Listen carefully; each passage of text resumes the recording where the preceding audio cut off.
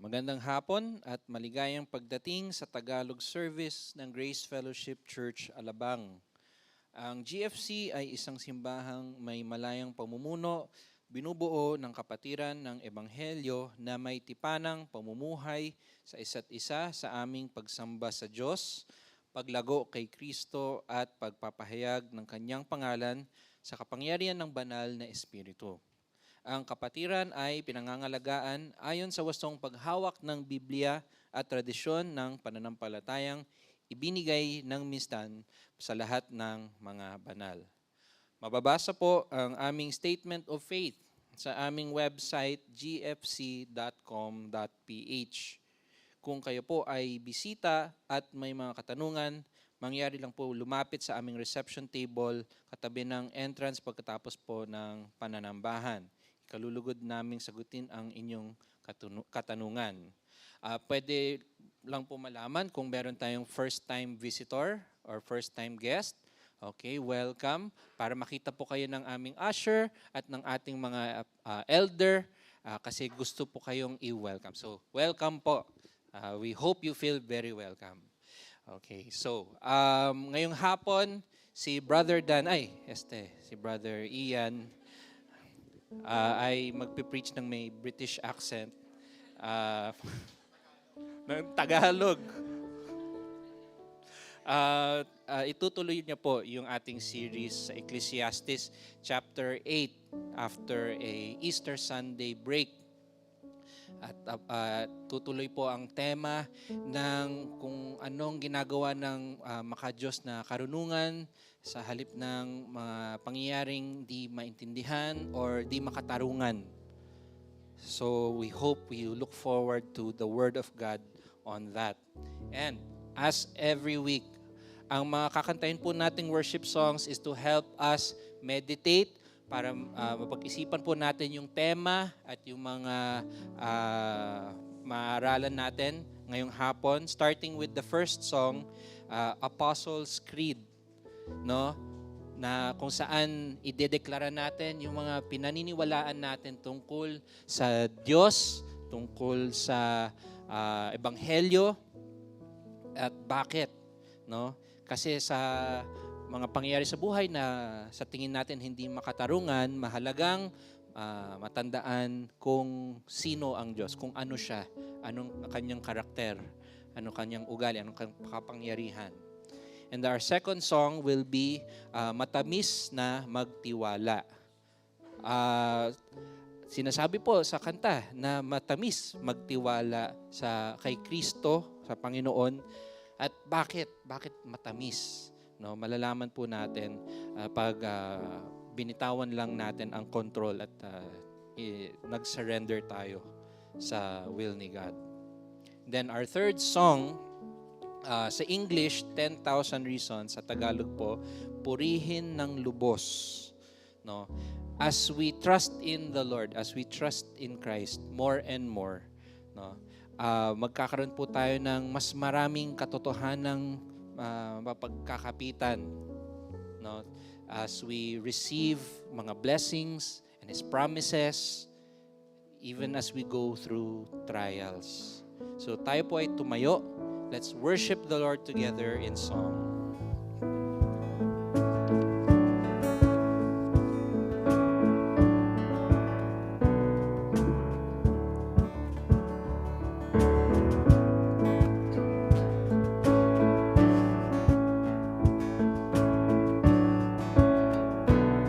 Let's sing, I Believe. I believe in God the Father, mighty and eternal Lord. He alone is the Creator, forming all things by His word. I believe in our Lord Jesus, God's own Son who came to earth, born of man by the Spirit, by a virgin given. Sing praise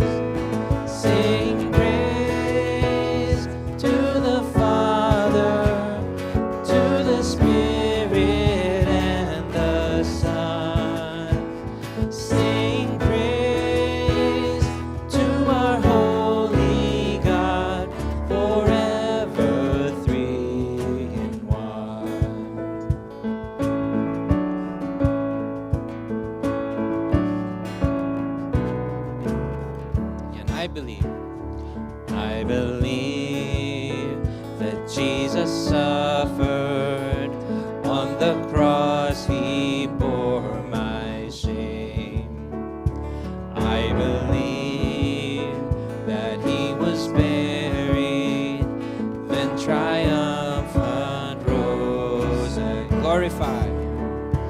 Glorified, He has ascended, seated at the Father's side.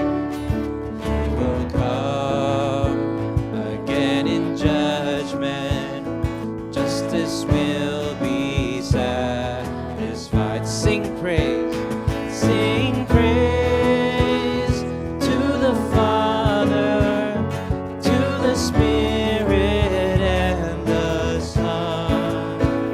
Sing praise to our holy God, forever three in one.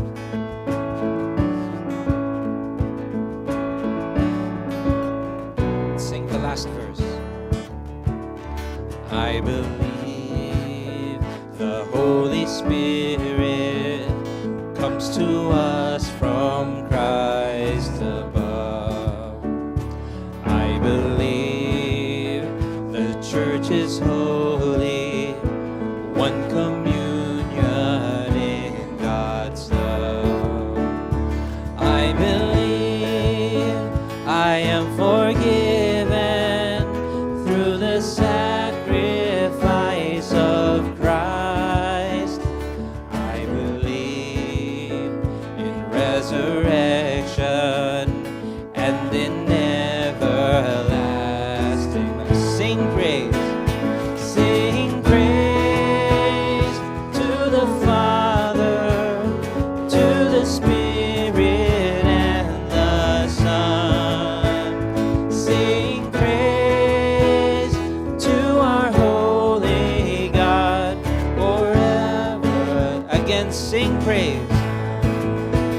Sing praise to the Father, to the Spirit and the Son.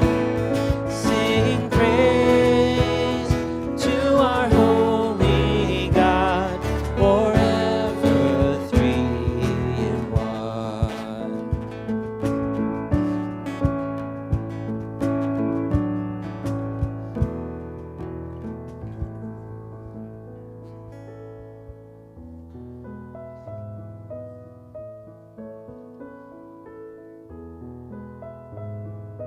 Sing Anong Tamis. Anong tamis magtiwala kay Jesus na salita, sa pangako'y magpahinga at sa Diyos na nagwika. Kay Jesus nagtitiwala, akin ang nasubukan. Hawak niya aking kaluluwa, awa niya aasahan.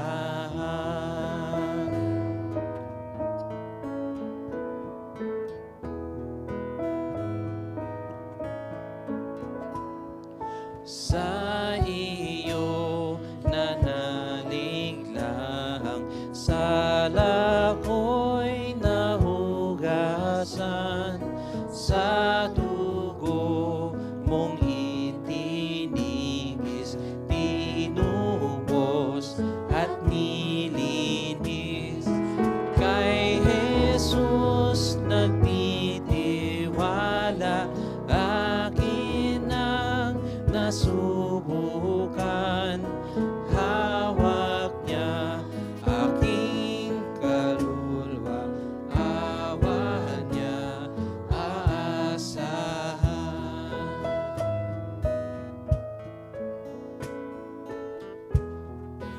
Dahil kay Jesus.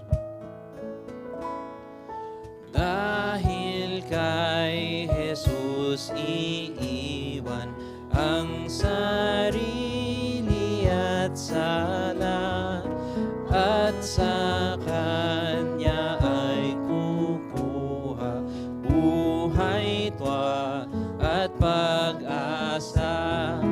Kay Jesus nagtitiwala, akin ang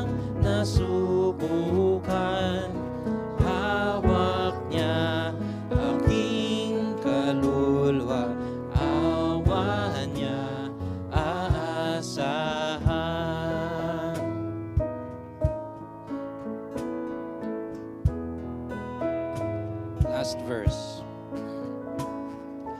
Natwa ko na natutunan magtiwala sa Kanya, mahal kong tagapagligtas, walang hanggang kaibigan. Kay Jesus nagtitiwala, akin ang nasubukan.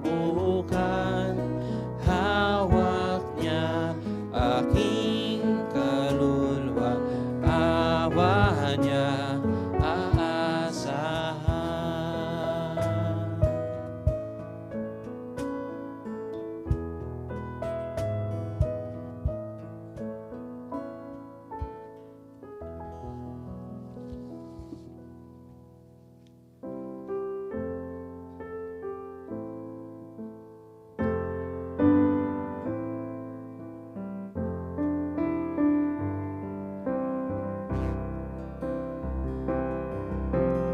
Let's sing. Purihin ng lubos, Panginoong Diyos, ngalan ay sambahin. Tayo'y mag-awitan, itanghal Kanyang kaburihan.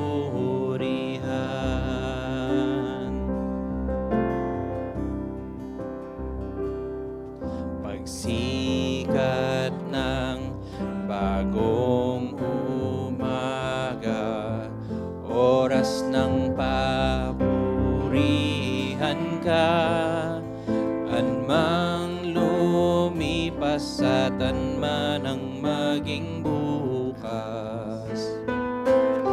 Sa dapit apoy aawitan ka,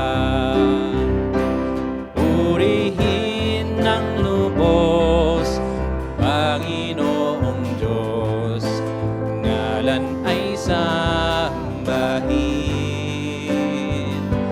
Tayo'y mag-awitan, itanghal Kanyang kaburihan.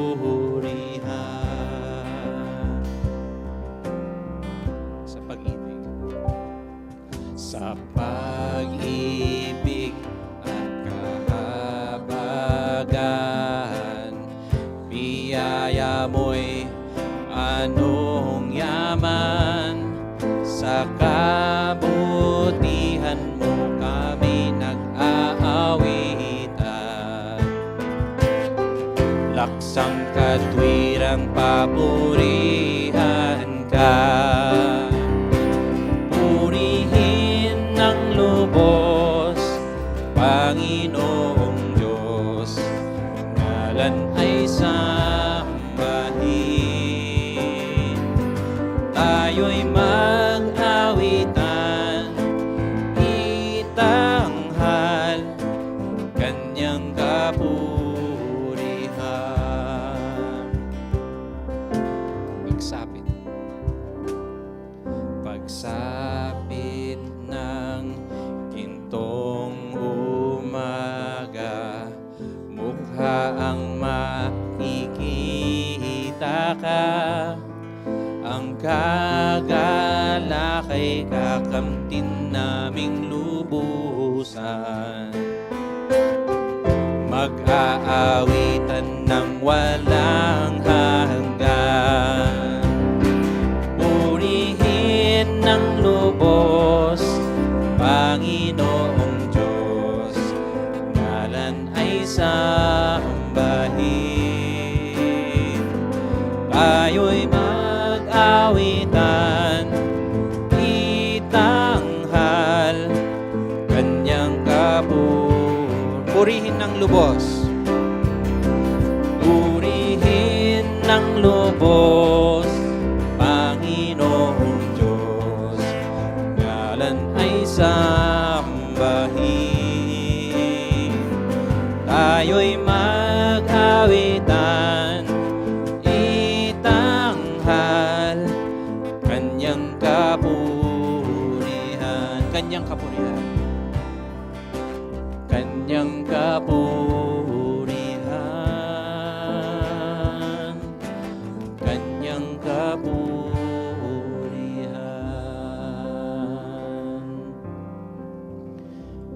manatili pong nakatayo para sa scripture reading.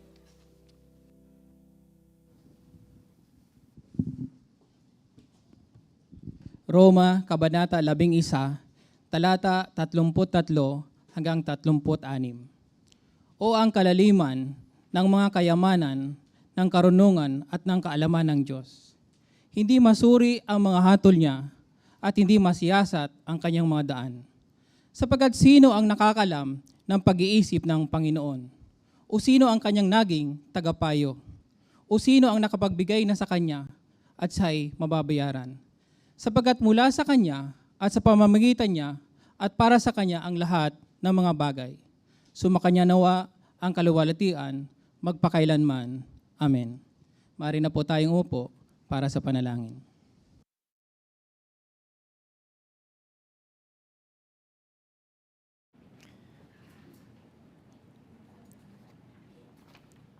Tayo po ay manalangin.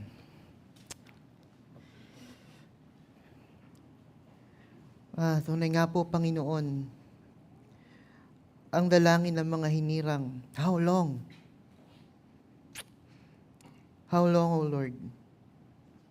Sa pananabik po namin sa iyo, Panginoon, habang minamasdan namin ang mga pangyayari sa kapaligiran, lubha nga pong nakikita namin at makapagdudulot pa ang mga ito ng kabagabagahan sa amin po. Kung minsan, o hindi lang minsan, madalas ay nakapagpapahina. Subalit, sa pagbalik po namin sa katotohanan, sa iyo pong mga salita, nariyan po, Panginoon, nariyan po ang katatagan. Kung sino ka nga po, Panginoon, ikaw ay puno ng habag, biyaya, makapangyarihan, nagahari sa lahat at nakasasaklaw sa lahat. Kaya't sa kabila nga po ng lahat ng ito ay karapat-dapat ka nga po, Panginoong, sambahin. Karapat-dapat ka nga pong papurihan. Itaas ang iyong pangalan at parangalan. Kaya nga po, Panginoon, sa hapong ito, kami, Panginoon, bilang iyong iglesia, bilang iyong mga hinirang, yan po ang aming pong hinihiling sa iyo. Maituon ang aming kaisipan sa pagtaas ng iyong pangalan. Kahit na nga po, may mga pangyayari sa paligid na hindi ka nais-nais. Nakikita nyo naman po at alam nyo nga po, Panginoon, ang lahat ng ito, kaya tinataas namin ang lahat ng ito, Panginoon, sa iyo. Maging sa gobyerno ng aming pong bayan at maging sa buong mundo man, Panginoon, tinataas po namin na nawa, kayo po ay patuloy na kumilos. At ang kapangyarihan mo po, Panginoon, ay aming pong mamasdan.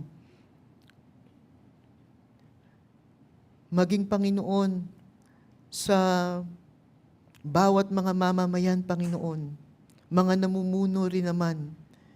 Kaya mo nga po, Panginoon, ng katarungan ay patuloy na maghari, Panginoon.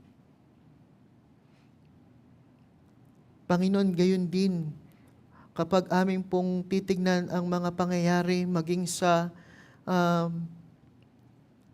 aming mga personal na buhay, Panginoon, di lingid, Panginoon, sa iyo na may mga dumaraan po sa amin sa mga pagsubok. Hindi po lingid sa iyo na may mga nahihirapan, nasasaktan. Tinataas po namin ang lahat ng ito sa iyo. Panginoon, sila na may mga karamdaman sa oras po na ito. Kagalingan ang aming pong dalangin para sa kanila. Naalala po namin ang kapatid namin na si Marie Gordo. Kagalingan po nawa ang aming dalangin para sa kanya at kalakasan sa kanilang dalawa, Panginoon, sa pamilya po nila ni Mark. Gayon din, Panginoon, nanay ni Kuya Ronnie, Panginoon, patuloy na kagalingan din ng aming dalangin. Ganon din ang kaaliwan sa mga nagdadalamhati kung may mga lumisan na mahal sa buhay gaya po ni Tita Tin Eustaquio. Panginoon, gano'n na rin Panginoon, dalangin namin ang iyo pong pag-abot sa mga nahihirapang pinansyal. Sa panahon po ngayon ay tunay nga po Panginoon na napakalaking hamon ito sa bawat isa. Ngunit alam po namin na tapat ka. At ang lahat po, Panginoon, ng mga hinirang mo ay iyo pong tutulungan. Maging, Panginoon, sa mga nagkakaroon ng problema sa kanila pong mga relasyon, yan din po ang aming dalangin. Bigyan niyo po kami ng kakayahan na magpatawad, Panginoon, at humingi ng tawad. Lalo-lalo, Panginoon, sa iyo pong lokal na iglesia, sa Grace Fellowship Church, Panginoon, tinataas po namin na kayo nga rin po, Panginoon, ng may taas sa lahat, Panginoon, ng direksyon na tinutungo, Panginoon, sa pamumuno ng aming pong mga elders, pastors, Panginoon. Gabayan niyo po kaming lahat. Bigyan niyo po kami ng kaisahan na may taas ka. Lahat, Panginoon, ng mga ministeryo na iyo pong pinahihintulutan, Panginoon, na mangyari lahat ng mga activities, Lord God, o gawain, nawa ay patuloy na ikaw lamang ang maitataas at patuloy na ang ebanghelyo ay maipoproklama, Panginoon, ng may katapatan. Dinadalangin po namin ang oras na ito na amin pong pagtitipon. Salamat, Panginoon, sa pagbibigay ng pagkakataon. May kalayaan po kami. Subalit sa oras po na ito, ang mga nahihirapan ay iyo pong bigyan ng kaaliwan. Will you comfort the afflicted? And likewise, afflict the comforted. O gisingin mo ang damdamin na masyado namang naging komportable na sa mundo pong ito. Gamitin niyo po ang iyo pong mga salita sa oras po na ito. At ikaw po ang kumilos at maitaas. Yan po ang aming dalangin sa ngalan ng Panginoong Hesus. Amen. Isang mapagpalang hapon sa inyo pong lahat. So, sa ating pong pagpapatuloy sa pag-aaral ng ating pong series po sa Ecclesiastes, sa nakalipas po nating pag-aaral ay nakita po natin kung paano ang karunungan ay i-apply po sa mga bagay na wala po sa control ng bawat isa po sa atin. Kaya gaya na lamang po ng adversity or pagsubok, o kaya naman ay sa pagharap sa realidad na mga masasama ay tila baga sila pa ang nagtatagumpay. Wala sa control po natin ito. Anong karunungan doon? O gayon din naman sa may mga otoridad o sa pagharap sa hari.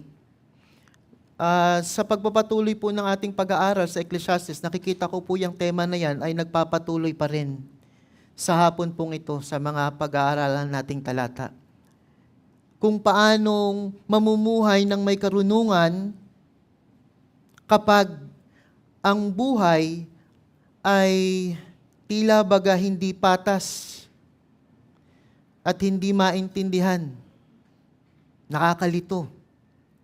And speaking of pagiging hindi patas, at perhaps ito ay nakakalito na rin sa atin, especially kung tayo ay nakaranas ito nung bata pa tayo, nung tayo po ay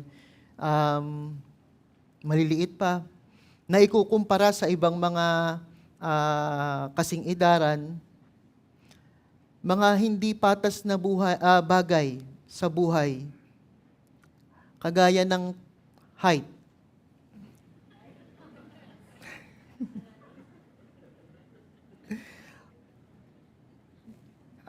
Personal pong may matangkad, may hindi katangkaran. Skin color or kulay ng balat. O kaya naman ay buhok. Ang iba ay straight, ang iba naman ay kulot. Well, yan po mga bagay nan, very small thing lang naman po. Pero may epekto. Kumbaga, yung iba nararamdaman na hindi po sila napapaboran dahil sa mga ganyang bagay. Even sa job application, ay tinitignan din po yung mga ganyang bagay. At po minsan, o baka nga hindi lang minsan, madalas nagiging disadvantage. Ulit, parang sa petty thing or parang maliit na bagay lamang sa nakararami.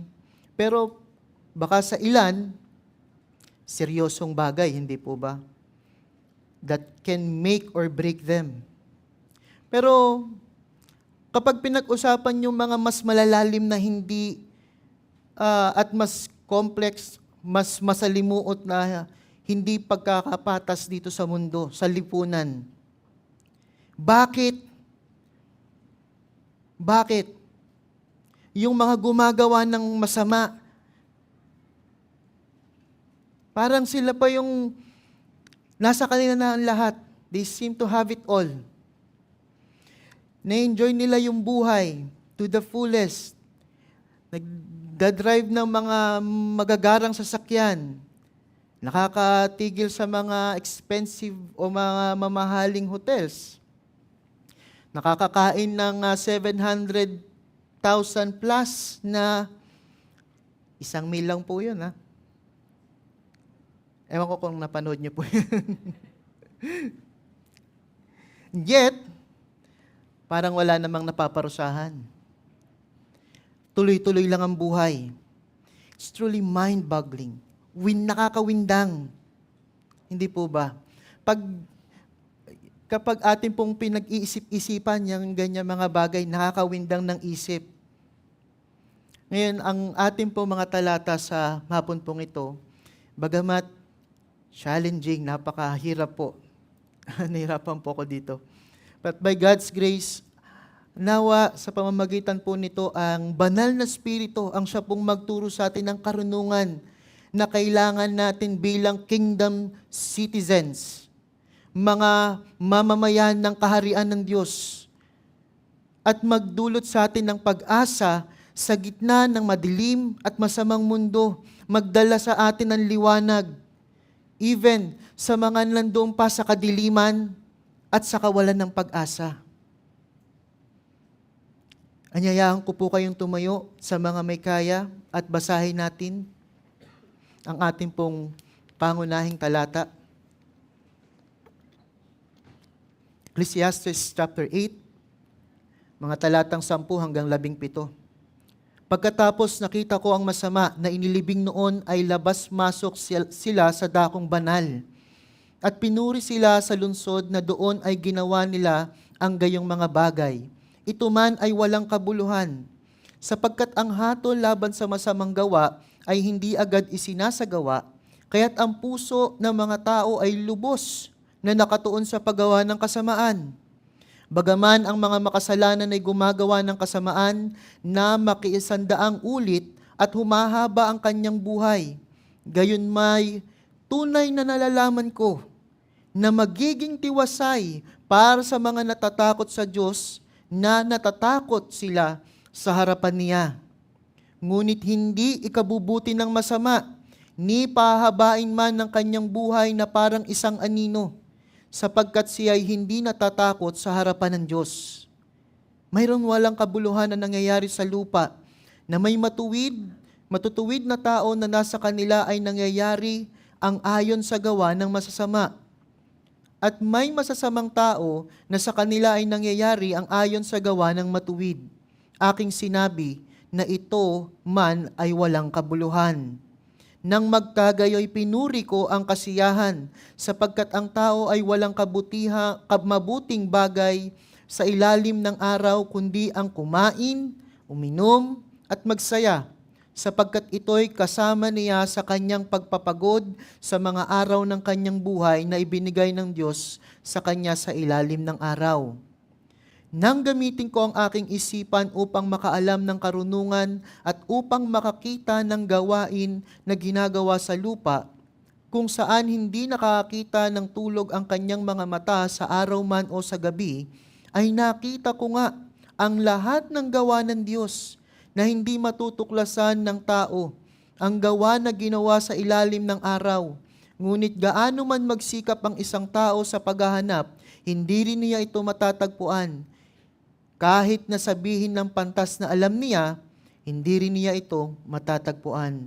Pagpalain ng Diyos ang kanyang banal na salita, makakaupo na po kayo.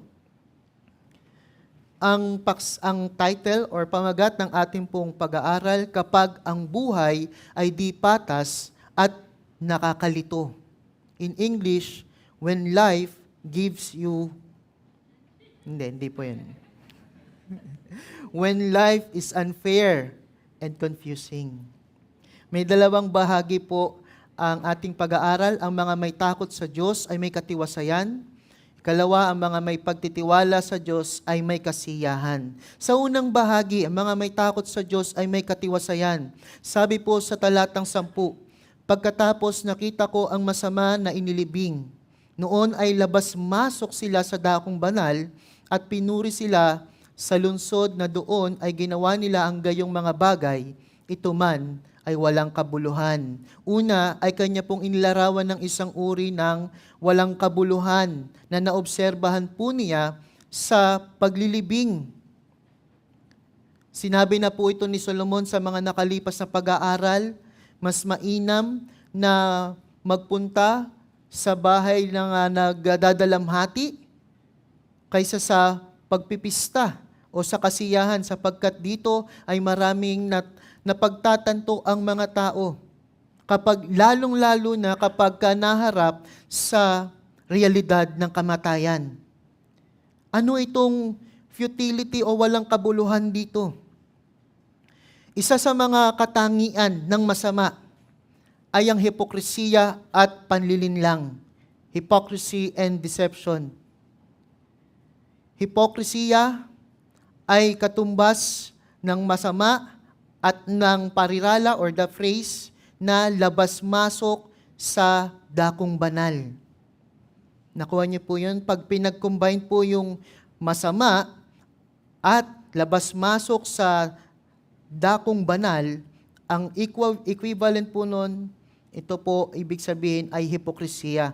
Para mapanatili yung masama sa kalooban. And yet, maglabas-masok ang isang tao sa dakong banal, that's evil.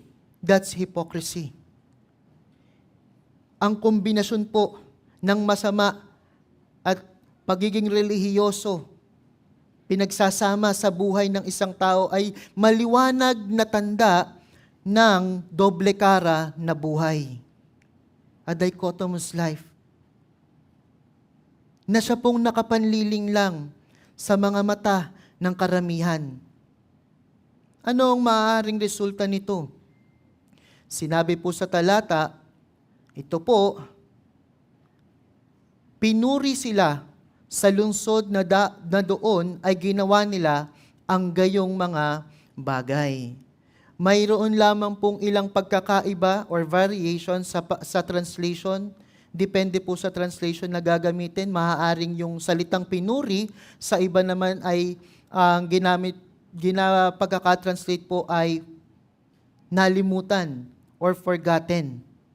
Yan po ang maaaring resulta. Either or, alin man po dun sa dalawa ang gamitin.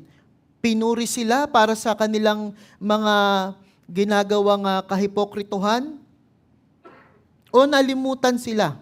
Alin man po doon. Pareho po itong walang kabuluhan. Kung sila man ay mapuri sapagkat hindi naman makikita kung anong sama yung nasa kalooban nila, puro panlabas lamang, baliwala din po yan ay walang kabuluhan sapagkat sa araw ng paglilibing, hindi na po yan o wala na po yang kahalagahan. Kaya bakit mamumuhay ang isang tao para sa papuri ng tao, ng ibang tao, kung wala naman po itong halaga sa walang hanggan? Gayon din naman, kung ang hipokresiya ay malilimutan na pagtapos ng ilang panahon, Anong halaga nito? Why would someone mamumuhay para sa ganoong paraan? Bakit? Ito po ang tinutukoy na walang kabuluhan. Ngayon ito po ay babala. Hindi natin palalagpasin. Babala po ito sa pamumuhay sa hipokresiya o pagiging doble kara. Ito po ay napaka mapanganib at nakapagpapahamak talaga. Kahit na po makatanggap tayo dito sa mundo ng papuri ng ibang tao, hindi po yan dadalhin. Wala po yang halaga sa walang hanggan or sa eternity. Isa pa, alam ng Diyos ang lahat. God is omniscient. Dapat po natin itong pakatandaan. Palaging maalala at palaging ipaalala sa ating mga sarili. Wala po tayong maitatago mula sa Diyos. Hindi po natin siya madadaya. Ito ang babala ng Panginoong Hesus. Ukol po dito sa Mateo 6 verse 1, mag-ingat kayo na huwag ninyong gawin ang inyong kabanalan sa harap ng mga tao upang makita nila, sapagkat kung gayon, wala kayong gantimpala mula sa inyong Ama na nasa langit. Yan po ang babala ng Panginoong Hesus sa pamumuhay ng may pagpapaimbabaw o doble karang buhay. Ngayon, kung yan pong babala na yan ay naririnig natin ngayon, yan po ay hindi po para sa ating katabi. Kaya, yan po ay para sa atin mismo. Sa ating pong pagpapatuloy na mamuhay bilang Kristiyano, nagpo-profess, nagsasabi, na nananampalataya, maging napakaingat po natin sa kasalanang ito. And then nagpatuloy po si Solomon sa talatang 11, sapagkat ang hatol laban sa masamang gawa ay hindi agad isinasagawa, kaya't ang puso ng mga tao ay lubos na nakatuon sa paggawa ng kasamaan. Sila na sa verse 10 ay napagtatakpan yung kanilang kasamaan ng mga panlabas na gawain, relihiyoso. Lalo pa at lalo pang lumalago ang kasamaan.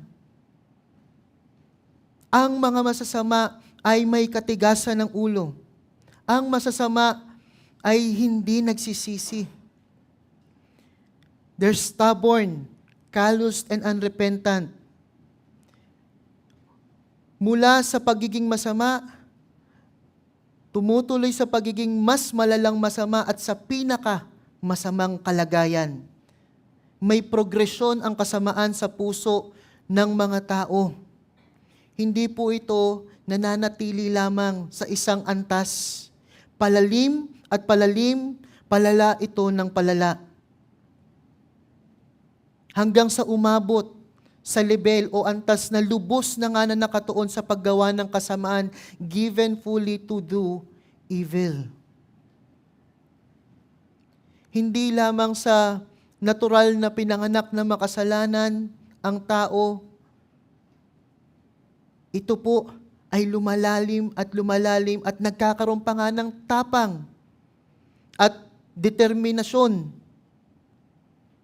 sa paggawa ng kasamaan.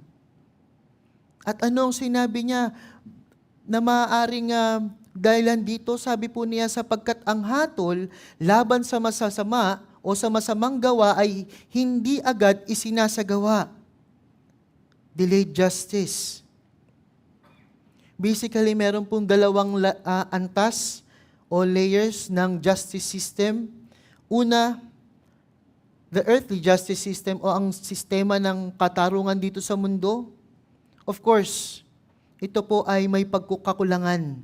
Hindi po ito perpekto. Ang nagpapatakbo ng hustisya sa mundo ay mga taong makasalanan. Mayroon pong mga loopholes o mga butas. At yan ang ginagamit ng mga gumagawa ng kasamaan upang makalusot po sila at makatakas sa kanila pong ginagawang masasamang bagay. At dahil nga riyan sila ay nagiging matapang pa na ituloy at ituloy ang mga ito.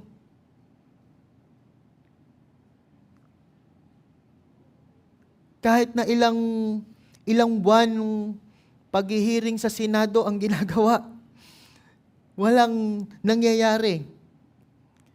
Kaya naman yung mga na gumagawa ng kasamaan ay tuloy-tuloy pa, lalo.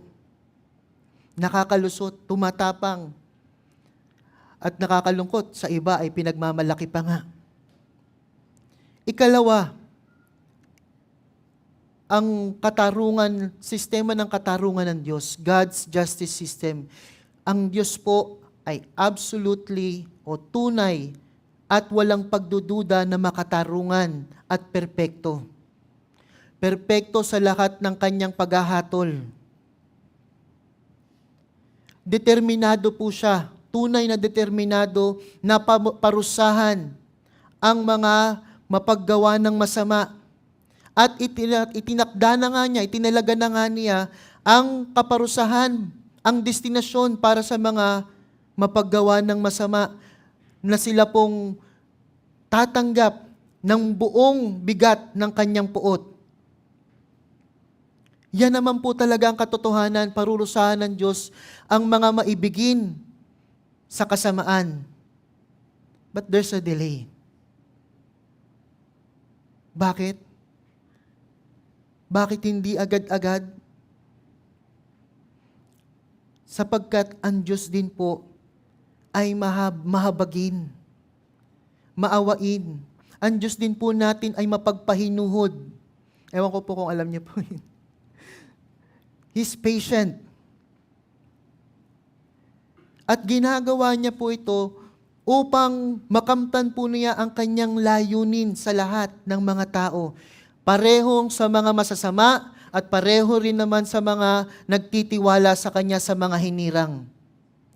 Ito po ang Kanyang pagpapahinuhod, pagpapasensya, ang Kanyang pagiging mahabagin ay nag-a-achieve para po sa Kanya ng lahat ng perfection po niya. Yan po ang katotohanan. Kaya kung napapuzzle po tayo, bakit hindi tinatamaan ng kidlat yung kapitbahay natin?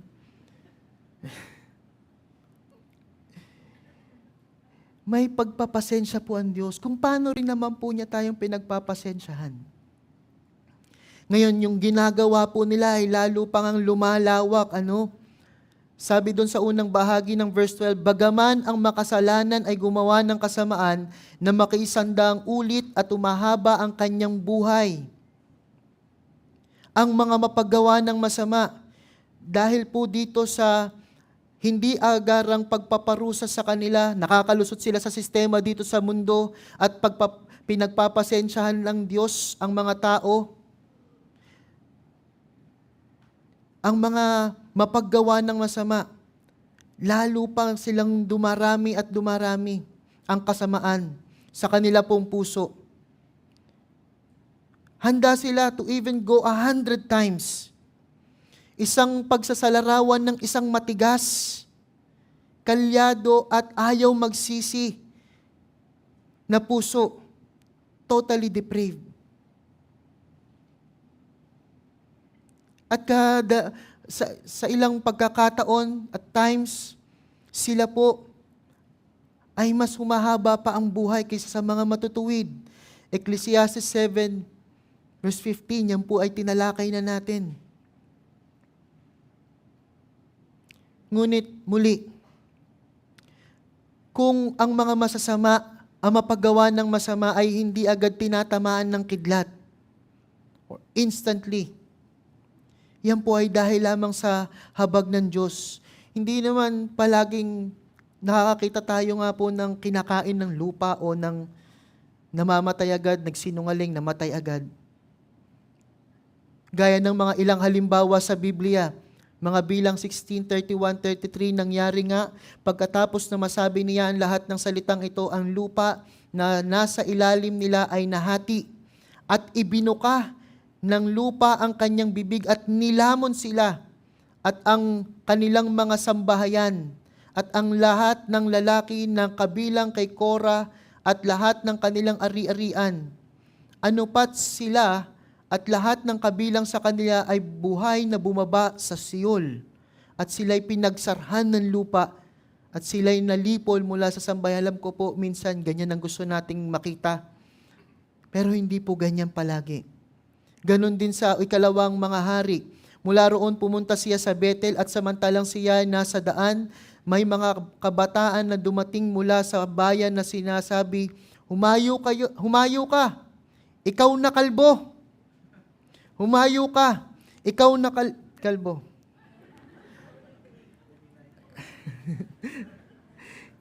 Dinabasa ko lang po ito. Kaya Ronnie, hindi po ito pa. Sorry. Buti wala yung iba. Nang siya'y lumingon at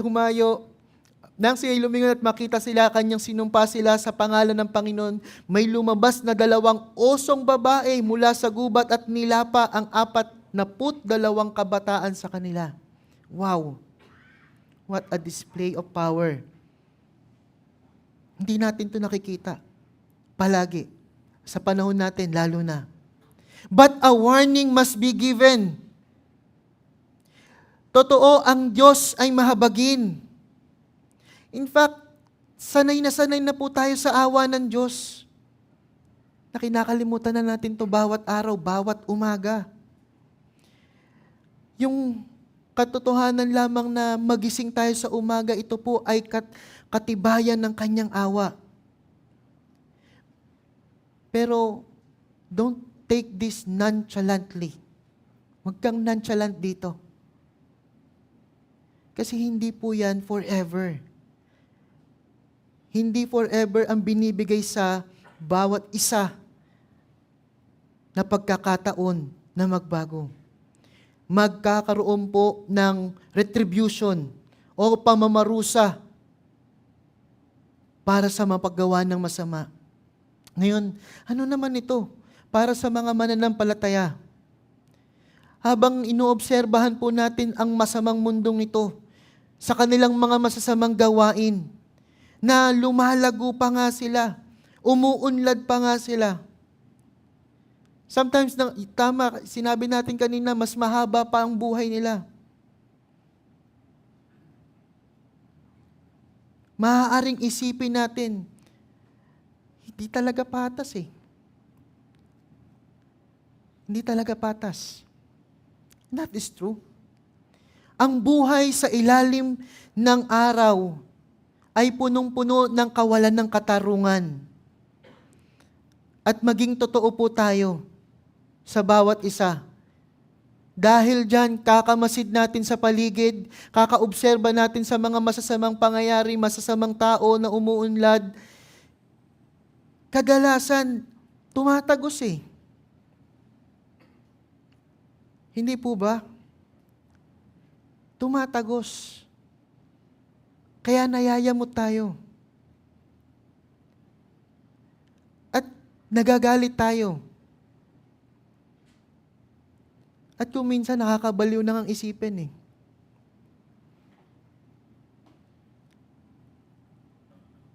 Maaaring mapunta tayo kagaya dito sa sentimiento ni Asaph sa mga awit 73. Ngunit tungkol sa akin, ang mga paako'y halos natisod.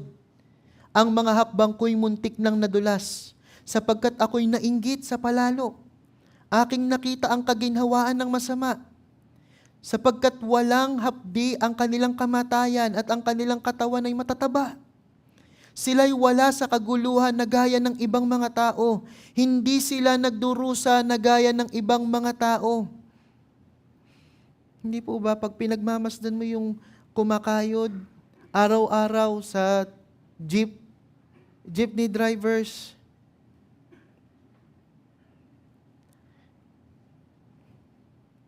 and yet, may mga nagsasamantala.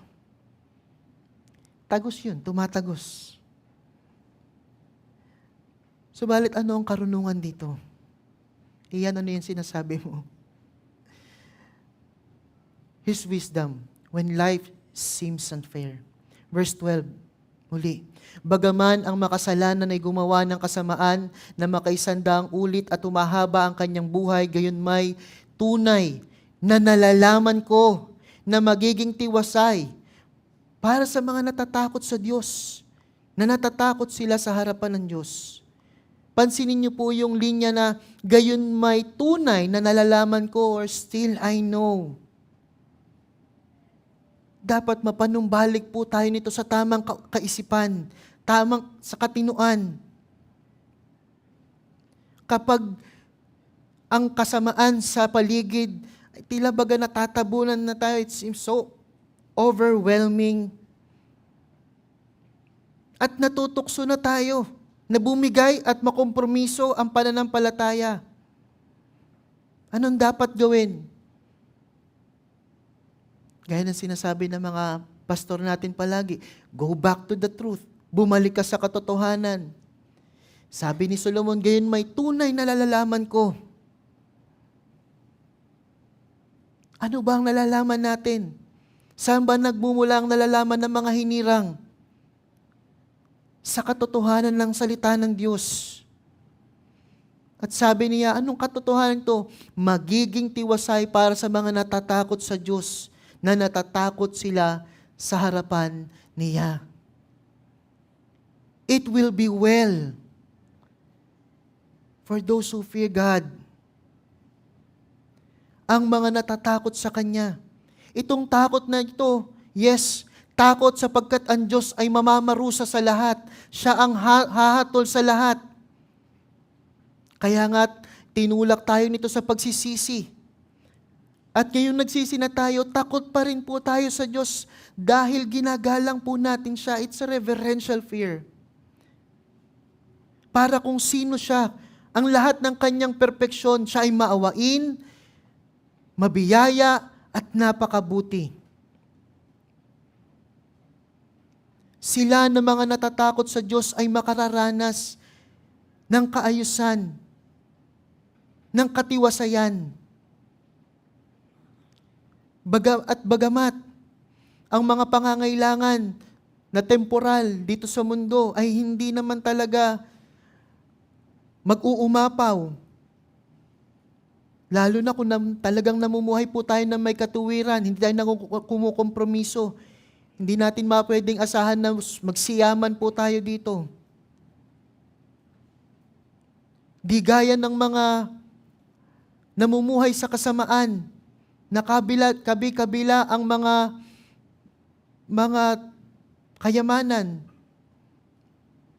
properties, mga mansyon, bank accounts, doon, dito, sa ibang bansa, may Rolls Royce na may mahalagang payong.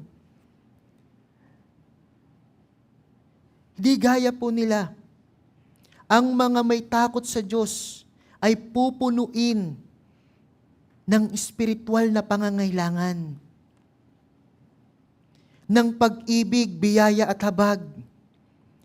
Kaya nga kahit na ang mga paghihirap, mga suliranin, ay nagiging para sa ikabubuti ng mga mananampalataya.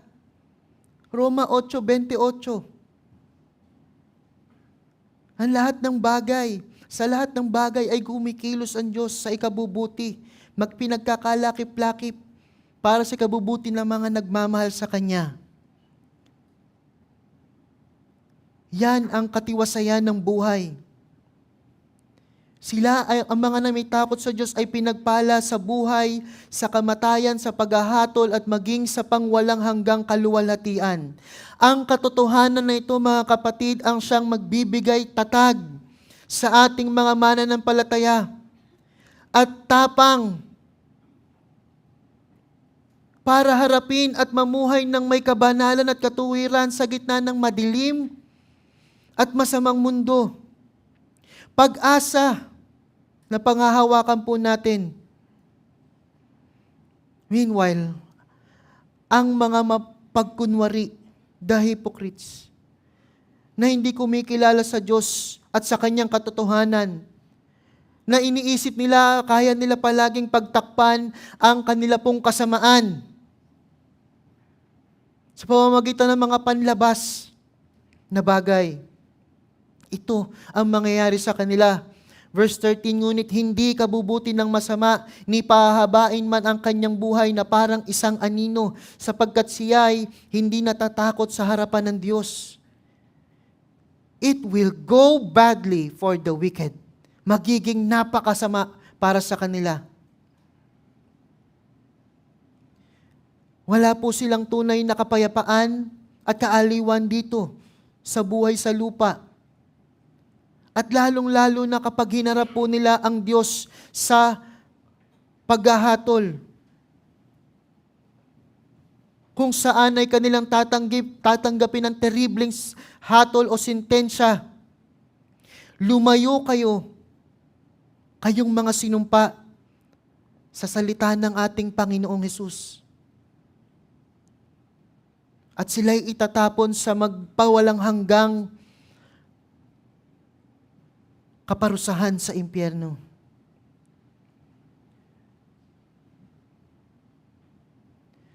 Ang mga masasama, sila din.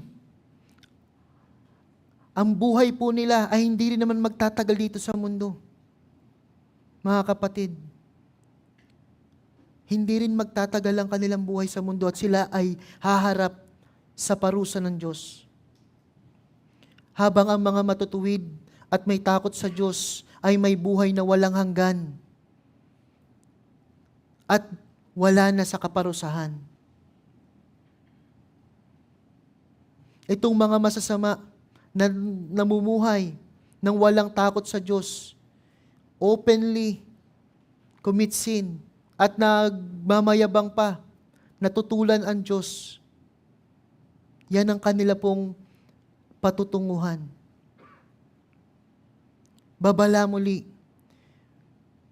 huwag po tayong magkamali na ang hindi pagpapataw agad ng kaparusahan ng Diyos ay dahilan para tayo ay magpatuloy sa kasalanan. Huwag po natin itong pagkamalian. May dalawa lamang na uri ng tao. Sila na mga natatakot sa Diyos at sila nga ay may katiwasayan. At sila namang walang takot sa Diyos na parurusahan. Maaaring ang buhay ay hindi patas. Muli, kung nagtatagumpay, umuunlad ang mga masasama, hindi po yan magtatagal, mga kapatid. Darating at darating ang katarungan ng Diyos. Darating at darating ang katarungan ng Diyos. Tandaan po natin. At gaya ng pinunto nung last elders meeting ni Pastor Peter, ni Brother JC, kapatid, itigil natin ang pagtingin sa mga bagay sa ilalim ng araw. Huwag po tayong mag-focus sa anumang mga nakapaligid sa atin. Kung saan punong-puno ng hindi patas o kawalan ng katarungan. Mula sa simpleng taas o height, kulay ng balat, at sa nakakasuka na korupsyon at kawalan ng katarungan. Hindi po yan dapat nakatingin ang ating mga mata. Hindi po riyan. Bahagi po talaga ito ng masamang mundo. It's part of the fallen world, this fallen world. At hindi po ito magbabago hanggang sa dumating si Kristo, manumbalik po siya at itatag niya ang pisikal na kaharian dito sa mundo. Huwag kang bumigay, kapatid. Huwag kang kumompromiso dahil lamang sa kasamaan na sa paligid natin. Mamuhay po tayo ng may takot sa Diyos sapagkat darating at darating ang hustisya niya sa atin. When life seems unfair, fear God. Ikalawa, ang may pagtitiwala sa Diyos ay may kasiyahan. Verse 14, mayroong walang kabuluhan na nangyayari sa lupa na may matutuwid na tao na sa kanila ay nangyayari ang ayon sa gawa ng masasama. At may masasamang tao na sa kanila ay nangyayari ang ayon sa gawa ng matuwid. Aking sinabi na ito man ay walang kabuluhan. Ang bigat po nung talata, the thrust, ay naroon po sa pagiging limitado ng buhay sa ilalim ng araw. Limitado saan? May mga matutuwid na ang kanilang karanasan, sila po ay nahihirapan. Subalit yung mga masasama, umaalwan pa.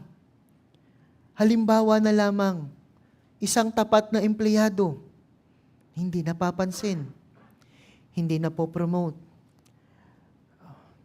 Mukhang tinitignan ko po, mukhang I feel you, brother. Yan po ay realidad dito po sa mundo. O kaya naman, isang tapat na Kristiyano namatay sa batang edad. Ngayon yung mga masasama, gaya na lamang ng mga maaaring hindi patas na mga negosyante, nakakakuha ng malalaking deal. Or a dishonest employee, kabagang ni boss, sila yung napopromote. Maaaring ito muli ay hindi patas at hindi tugma yung mga outcome o yung mga resulta ng buhay sa karakter. Maaaring ganun po ang mga nangyayari. Ang buhay, life is an enigma. Misteryoso. Mahirap na lubusan po talagang maunawaan. Bahagi po ito ng buhay, mga kapatid. At yung mga bagay na yan could be confusing o nakakalito para po sa atin. Confusing and troubling ourselves. Nakakalito kapag pinag-iisipan po natin, bakit ganito siya ganyan, bakit si ganoon. At kapag ganyan po tayo nalilito, lalo lamang lalalo ang kalituhan sa buhay. At na humahantong saan? Sa pagdududa. Sa pagkalumbay. At muli, sa pagkompromiso sa kasalanan. Anong gagawin natin sa problemang ito? O sa realidad na ito? O sa misteryosong bagay na ito ng buhay? Verse 15, nang magkagayoy, pinuri ko ang kasiyahan sapagkat ang tao ay walang mabuting bagay sa ilalim ng araw, kundi ang kumain, uminom at magsaya, sapagkat ito'y kasama niya sa kanyang pagpapagod, sa mga araw ng kanyang buhay na ibinigay ng Diyos sa kanya sa ilalim ng araw. Instead, sa halip na lituhin po natin ang ating mga sarili, patuloy na magreklamo sa pait ng buhay.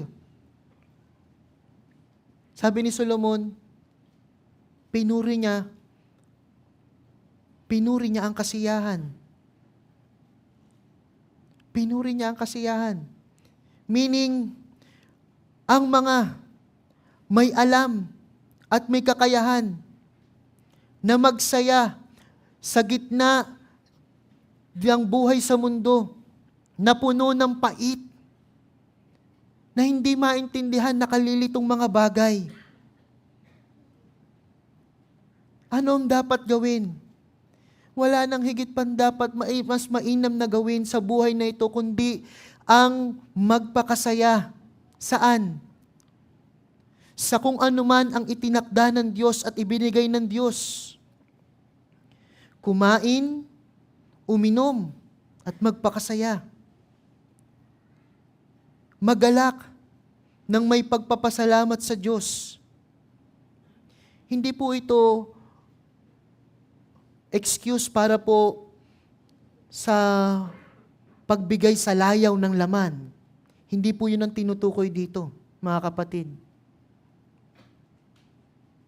Pero ito po ay pagtanggap sa kung ano man ang tinakda ng Diyos sa atin. Gaano man po karami o kaunti ang tinakda niya po sa atin. Kung tayo po ay nagtitiwala sa Kanya, ito po ay magdudulot sa atin ng kagalakan.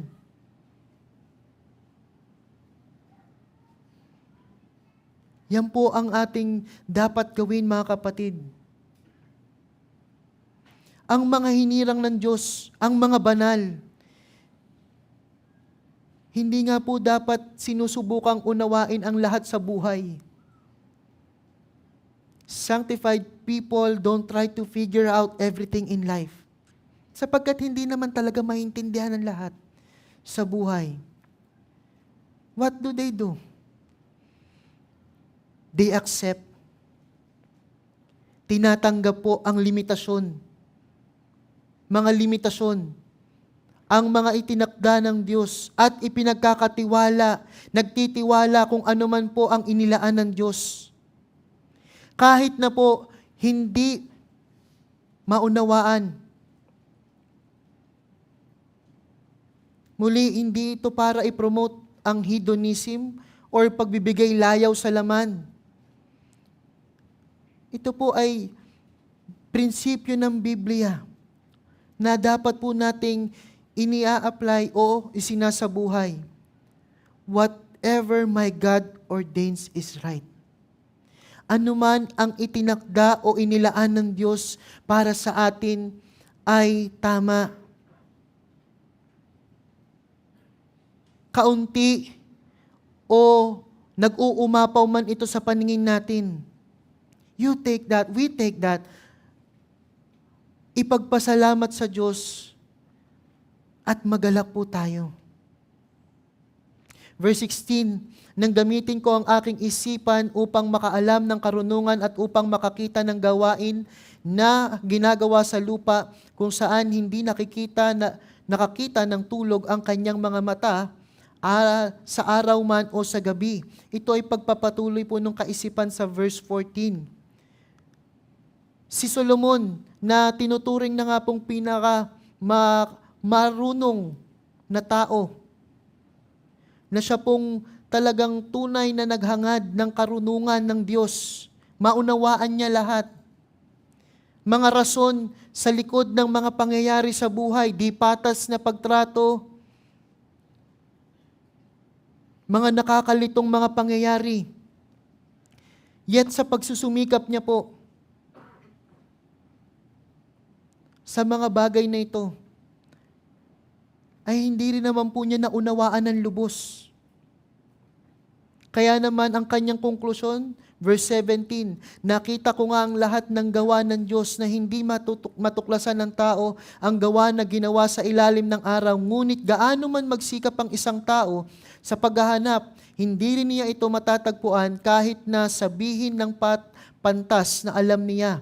Hindi rin niya ito matatagpuan. Muli, maging si Solomon man o sinong mga marunong pang tao, ay hindi maaarok ang mga maraming misteryosong bagay sa buhay,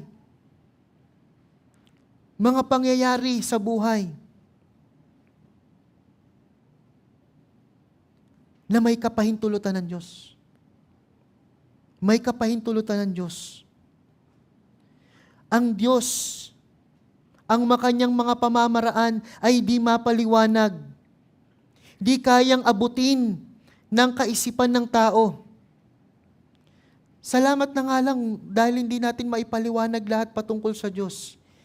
Kung may papaliwanag po natin lahat tungkol sa Diyos, malalaman natin lahat ng bagay tungkol sa Diyos, ano pang espesyal po sa Kanya? Pero hindi ibig sabihin na hindi po natin maintindihan ang lahat ng bagay, ay hindi na natin pwedeng pagtiwalaan ang Diyos at ang Kanyang salita. Yan po ang dapat natin gawin. Magtiwala sa Kanya. kung ano ang kanyang inilaan sa atin, kung ano ang kanyang ibinigay.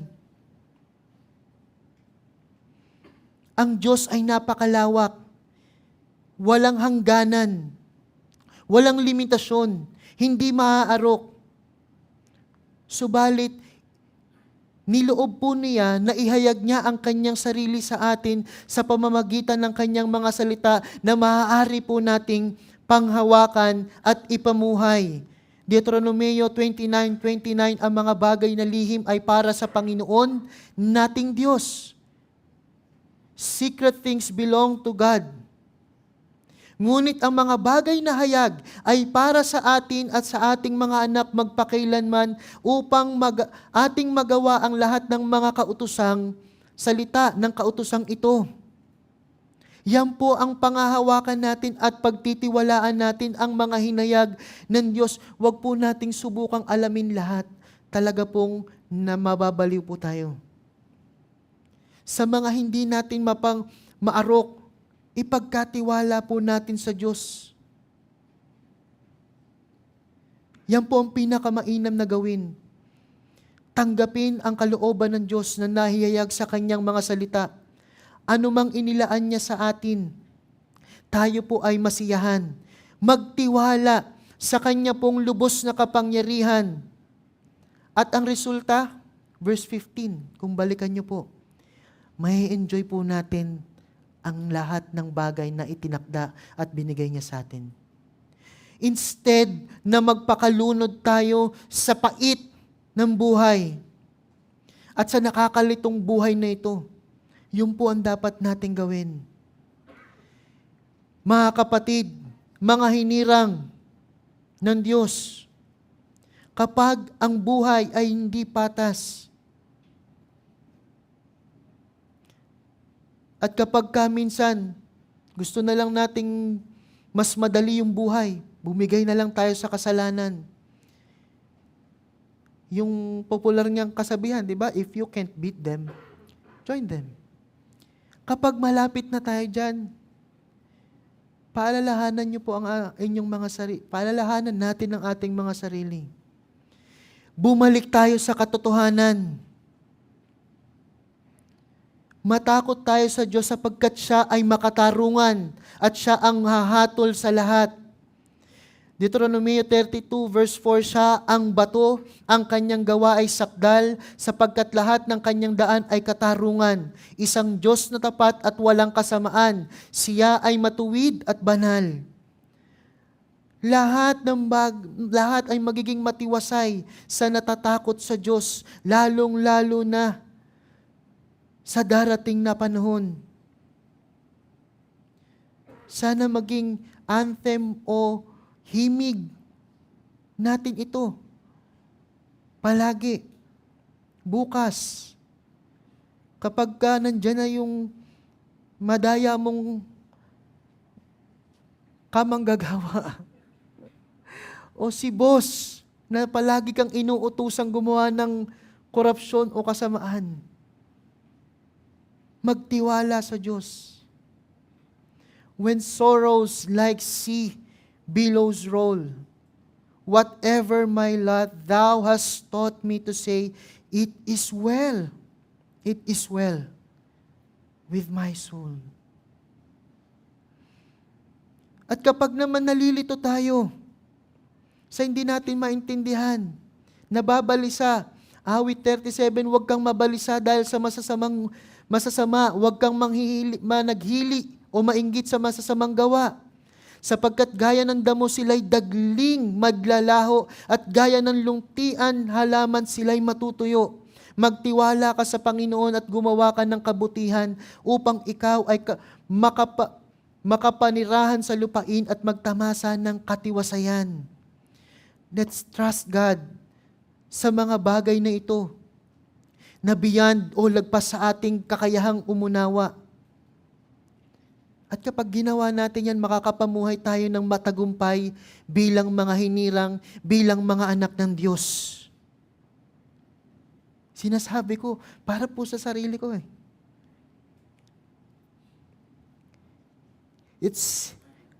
Di ba?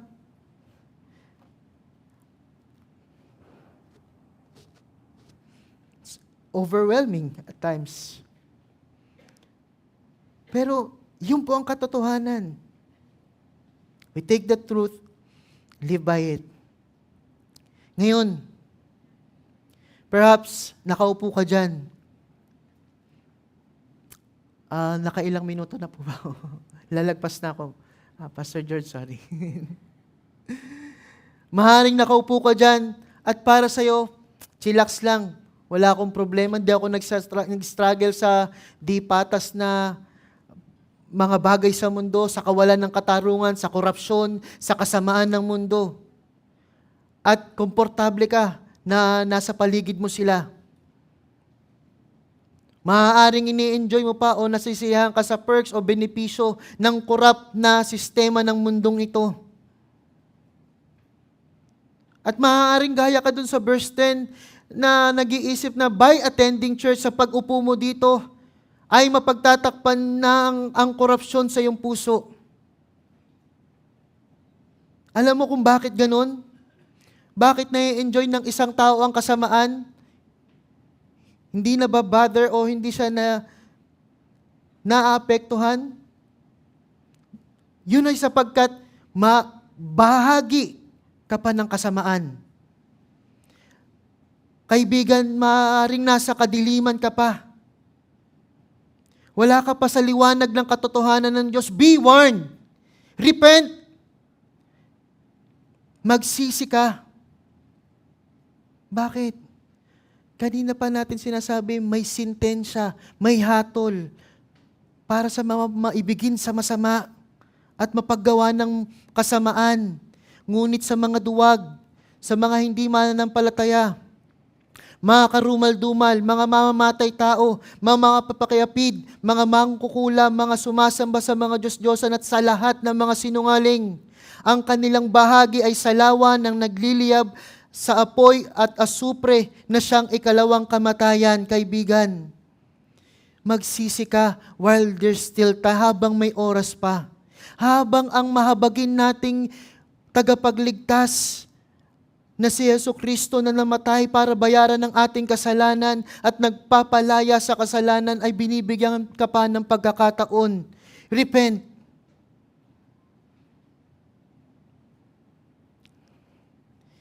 Luwalhati sa nag-iisang Diyos, Haring tagapagligtas ang Panginoong Hesus.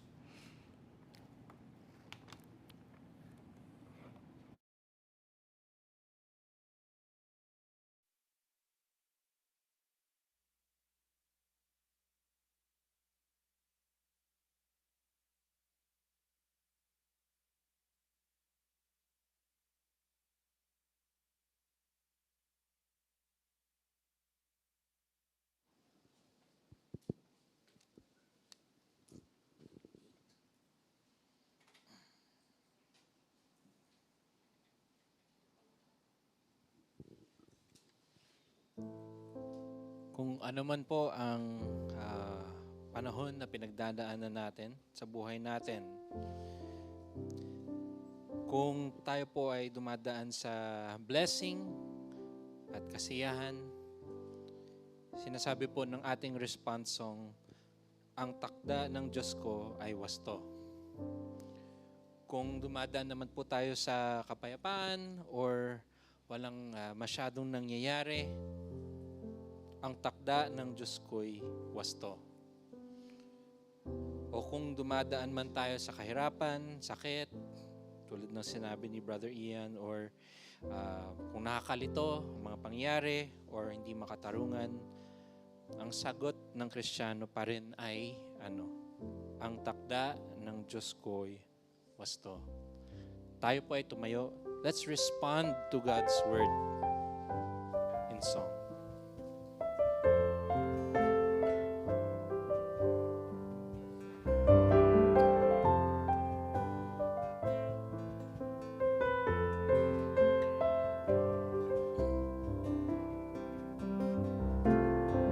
Let's sing. Ang takda ng Diyos ko'y wasto, lubusang mangyayari. Ako'y panatag ng husto, susundin siyang para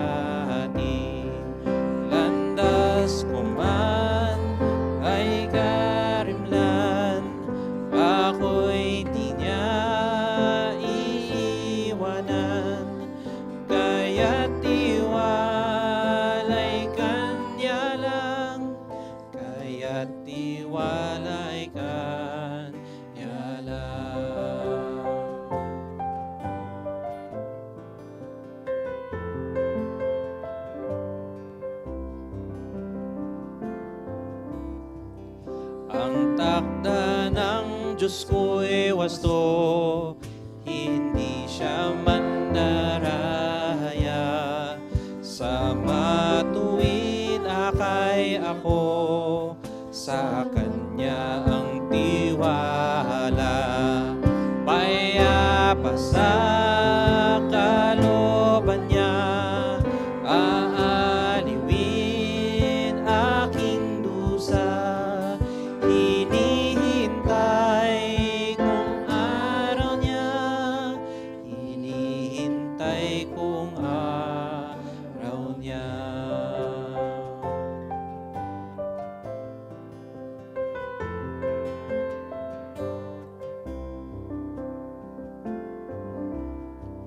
Ang takda ng Diyos ko'y wasto, kahit yaring inumin, ay mapait sa puso ko, tiwalang uubusin.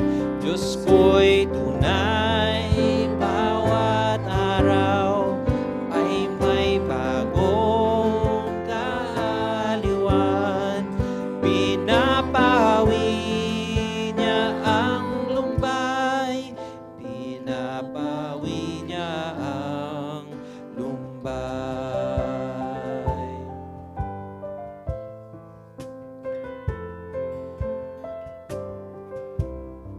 Last verse. Ang takda ng Diyos ko'y wasto, dito'y naninindigan. Kahit lumbay man kung ano, tiyak na di niya iiwan. Kalinga niya'y nagbabantay, tangan akong di sasablay. Tiwalay ka niya lang tunay, tiwala ka niya lang. Kalinga niya, kalinga niya'y nagbabantay, tangan akong di sasablay. Tiwalay ka niya lang tunay, tiwala ka niya lang tunay.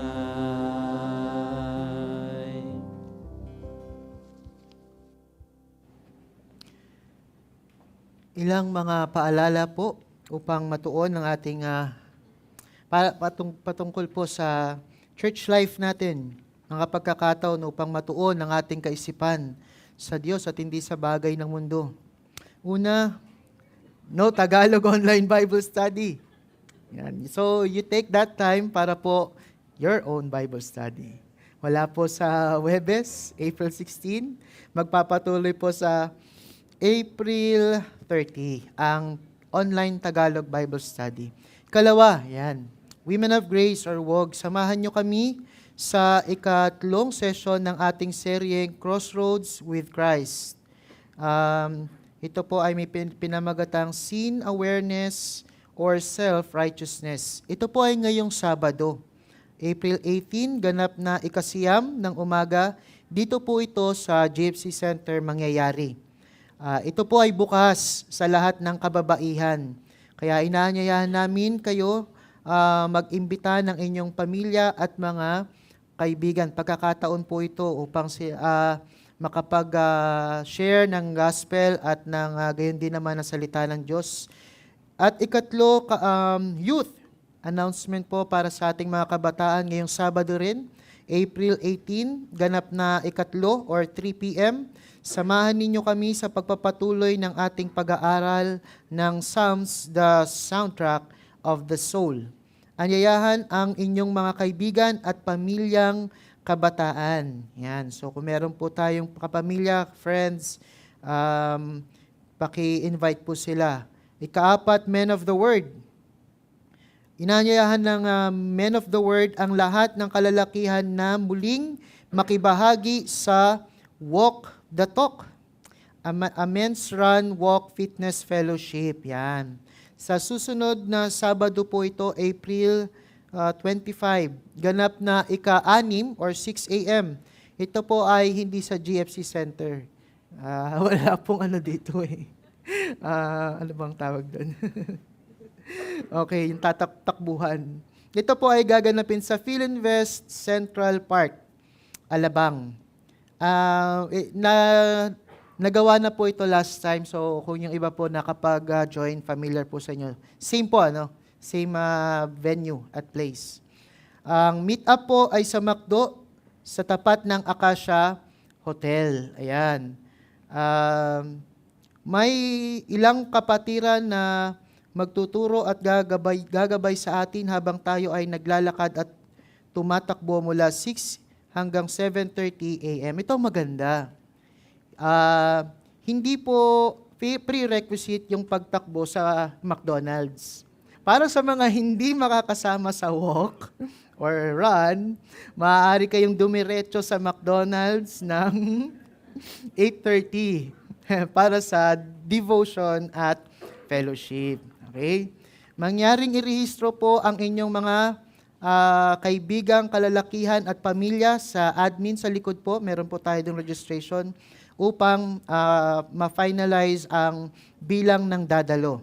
Yan. So, ikalima, medyo hanggang 7 lang. Singles Fellowship, praise God po sa ating mga ministries. Samahan ninyo kami. Susunod na Sabado rin po, ito ay sa April 25 para sa ating unang session na More Than a Waiting Room on God's Design for Singlehood. Bukas po ito sa lahat ng single believers. Yan. Mga edad na 18 pataas or 18 pataas. Inaasahan namin kayong makita. Okay, so kung may friends po kayo na believer, yan, bukas po yan para sa inyo. And then, kaanim parenting seminar. Itala na sa inyong kalendaryo. Yan, bagamat medyo hindi na to malayo, malapit na rin po. The Roadmap of Parenthood. Ang pagpapalaki ng mga anak ay parehong tawag at pananagutan at hindi natin ito kailangang gawin ng mag-isa. Samahan ninyo kami habang tinutuklas natin ang disenyo ng Diyos sa pagiging magulang at kung paano natin magagabayan ng tapat ang susunod na henerasyon. Ito po ay sa June 26, ganap na alas 3 or 3 p.m. hanggang 8 p.m. And then, June 27 naman po, 9 a.m. hanggang 4 p.m. So, 2 araw po bali po ito. No? June 26 and 27. Bukas po ito sa lahat ng magulang at guardians. Abangan ang iba pang mga detalye. And, lastly, yay! Church Camp 2026. So bukas pa rin po ang registration. Ang mga nais na magpa-reserva ng slot ay maaaring pumunta sa registration area sa likod pagkatapos ng worship service. Pakitingnan ang screen para sa registration fees. Maraming salamat po. Amen. Tayo po ay manalangin. Dakilang Diyos, tunay nga po, titingnan namin ang paligid. Kung magiging totoo lang po kami, ay talaga pong nakakabagabag po at kapangihina nga po talaga. Samot-sari ang mga kasamaang nangyayari, Panginoon, mula sa pinakamababa hanggang pinakamataas na antas ng kasamaan sa anumang mga lugar, Panginoon. Subalit, kami po na yung mga hinirang ay mayroon po kaming pag-asa sa iyo. Mayroon po kaming kagalakan sa iyo, Panginoon. Sapagkat kami ay iyon na nga pong tinubos sa kasalanan. Hindi lamang yun. Kami rin po, Panginoon, ay iyo pong patuloy na ginagabayan habang nandito po sa mundong ito. Panginoon, tulungan niyo po kami. Tulungan niyo po kami. Sa mga susunod na araw na darating, Panginoon, bigyang lakas niyo nga po kami, Panginoon, na matakot sa iyo at magtiwala sa iyo kung anuman ang inilaan niyo po sa amin. Tulungan niyo po kami na ito po ay dalhin namin ang pag-asa po na ito, Panginoon, sa madilim na mundong ito, sa masamang mundong ito, Panginoon. at sila na iyo pong mga hinirang din ay maliwanagan na rin sa wakas. Tulungan niyo po kami, hindi lamang sa linggong ito, na tumingin po sa iyo, kundi hanggang bumalik ka, Panginoon. Hanggang sa ikaw po ay magbalik at maghari. How long? Yan po ang hinahangad namin, Panginoon. Bumalik ka nga po, aming Panginoon. Puspusin nawa kayo ng Diyos ng pag-asa ng buong kagalakan at kapayapaan sa pananampalataya upang kayo'y sumagana sa pag-asa sa pamamagitan ng kapangyarihan ng Espiritu Santo. Glory be to the Father, and to the Son, and to the Holy Ghost, as it was in the beginning, is now, and ever shall be, world without end. Amen. Amen. Biyaya at kapayapaan po sa ating lahat.